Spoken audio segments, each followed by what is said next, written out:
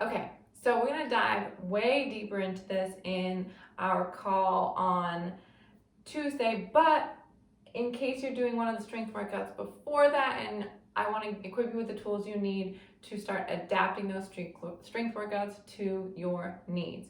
So the first set of adaptations we're going to do are going to be based on your infrasternal angle. So remember, there is a narrow, which is less than 90 degrees here, and then there's a wide, which is more than 90 degrees here. If you needed help figuring out what you were, or you still need help, please let me know, because I know it's kind of a tricky one to self-assess, but it's kind of an important baseline measurement. So for a narrow has the external obliques turned on and needs more transverse abs. So on our breathing, to get those transverse abs, we're gonna do a half breath, like you're trying to fog up a mirror. So inhale through your nose, exhale, the air out, those transverse abs should kick in. You wanna use the ha breath for a wide that is having pelvic floor issues as well. So that ha breath helps not put pressure down into the pelvic floor too. So the narrow here translates to narrow here. So that's a pelvis that kind of looks like this.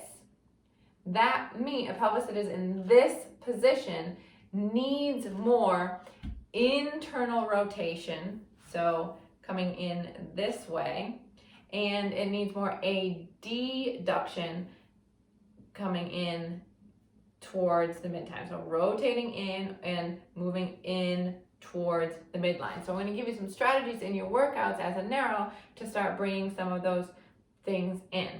So internal rotation happens most at mid ranges of hip flexion. So paying attention to going really slow through that like mid range, the 90-degree part of the squat. You might be able to drop really far down into the hole, but don't skip over working through this mid-range. We're gonna intentionally put you in that mid-range of hip flexion in a couple of exercises as well. We're also gonna give you some strategies to gain more adduction. Turning on those adductors will really help turn on the pelvic floor too. So adduction from squeezing into the block, we're gonna build that in this week. We'll also build in some different exercises where we're wrapping a band around the leg and anchoring it. So we would wrap a band around so that we're having to push into the band to drive more adduction and work more of that.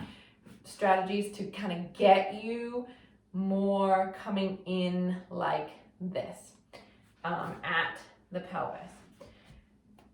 The last little bit about the narrow is that they tend to struggle with hinging. So if we kind of went like this, if you do that and you look from behind, you might notice that the sacrum gets kind of like locked up in there, and these muscles are really short and tight. So that does not lend itself to the motion at the sacrum that is required for hinging. So we struggle with that.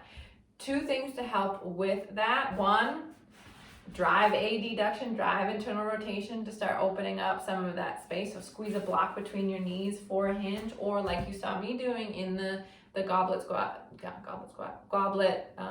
deadlift video from last week, elevating your toes. Both of those will help you access a little bit more of internal rotation, free up that sacrum to move to get a better hinge. So those are the strategies for a narrow. In a second, I'll walk you through some of the options of applying them for this week's workout, but first let's go through wide. So a wide is a wider infrasternal angle. That means a wider this angle. So these people tend to actually need more external obliques to kind of bring those ribs down. So that's a pursed blow through your pursed lips like you're blowing through a straw. Exhale.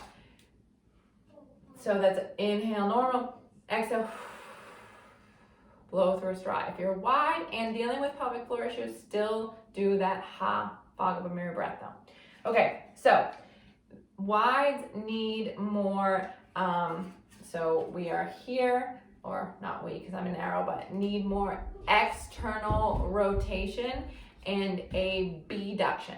External rotation at the pelvis happens more in the low and high ranges of hip flexion. So above high range in the squat and deep in the squat. They're gonna struggle. Why? They're gonna struggle getting deep down into the squat. So we're gonna work that range and also put you in positions for other exercises where you're getting more comfortable in breathing in that range. The last thing is driving a abduction, so movement away from midline.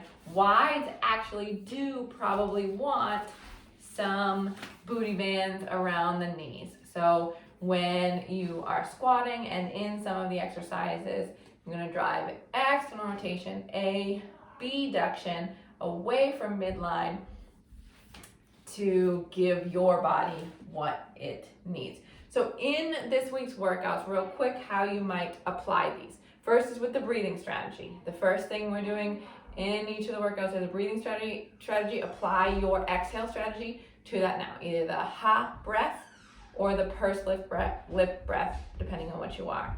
All of the exercises that have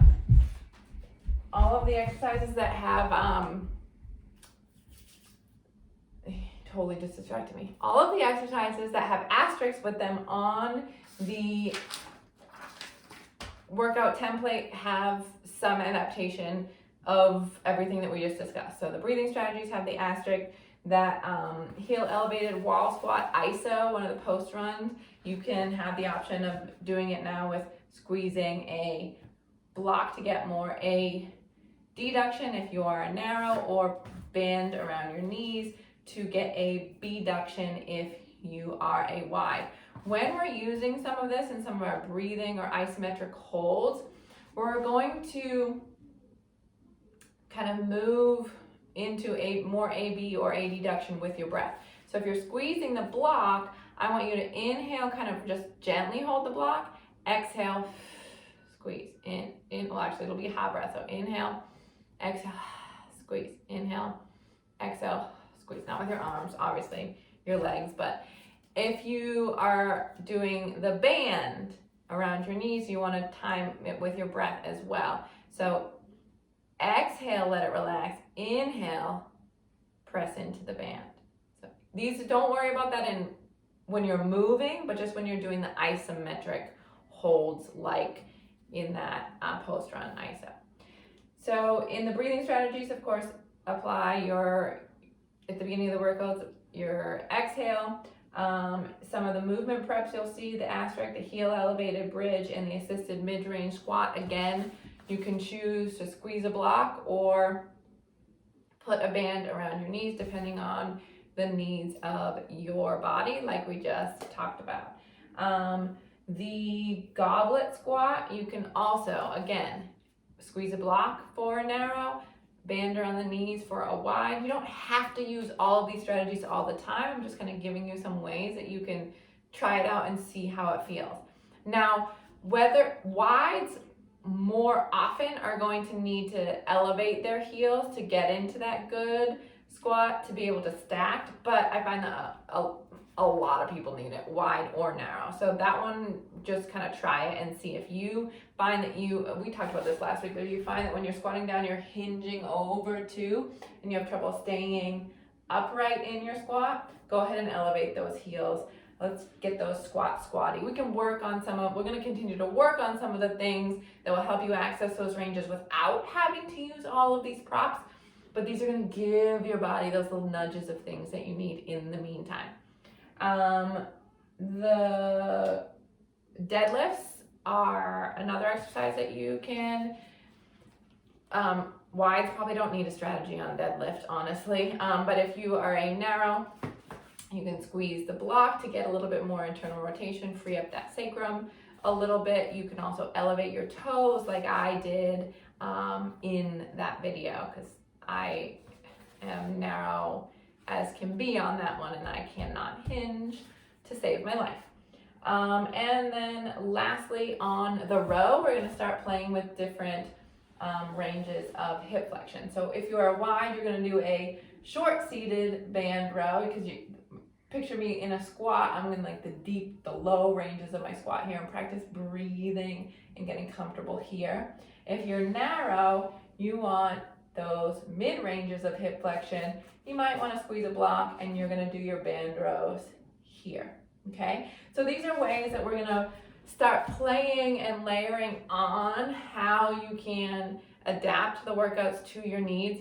It might seem overwhelming at first, but you'll start to get in the habit of it and notice these patterns, and that's the goal, is that by the end, whether it's my workouts or any workout class you go to, you know, hey, this is what my body needs and this is what my body doesn't really need, and you can just adapt on the fly. And I think that is super empowering and really cool. Again, we're going to go through all of this on Tuesday. You'll have opportunity to ask questions about it. I know I just flew through it here right now, but I just wanted to give you some idea, if you're looking at all of this stuff and you're doing one of the workouts before you meet on Tuesday, of how you might go about starting to do this.